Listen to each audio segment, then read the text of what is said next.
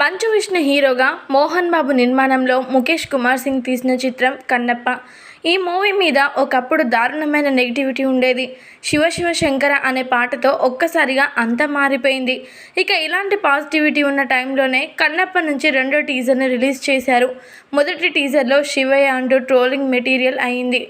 ఈసారి మాత్రం చాలా జాగ్రత్తలు తీసుకున్నారని కనిపిస్తోంది. కన్నప్ప రెండో టీజర్ ఇప్పుడు నెట్టింట్లో ఎంతగానో సందడి చేస్తోంది. కన్నప్ప రెండో టీజర్లో అన్ని పాత్రలను ఇంట్రడ్యూస్ చేశారు. ఎక్కువగా మంచు విష్ణు కనిపిస్తూ ఉన్నాడు. ఇక మిగిలిన పాత్రలన్నీ గెస్ట్ అపియరెన్స్గా కనిపిస్తూ ఉన్నాయి. 84 సెకండ్లున్న ఈ టీజర్ ఇప్పుడు హాట్ టాపిక్గా అవుతోంది. ఇందులో శివపార్వతులుగా అక్షయ్ కుమార్, కాజల్ అగర్వాల్ మీద ఓ షాట్ వచ్చింది. అయితే కాజల్ పాత్రకు డబ్బింగ్ సెట్ అవ్వలేదనిపిస్తోంది. ఇక రుద్రుడిగా ప్రభాస్ను చివర్లో చూపించారు, సర్ప్రైజ్ ఇచ్చేశారు. ముందు నుంచి కూడా కన్నప్ప మీద ప్రభాస్ అనే ఓ పాజిటివిటీ అస్త్రం ఉందన్న సంగతి తెలిసిందే. ప్రభాస్ వల్లే సినిమా మీద హైప్ ఏర్పడింది.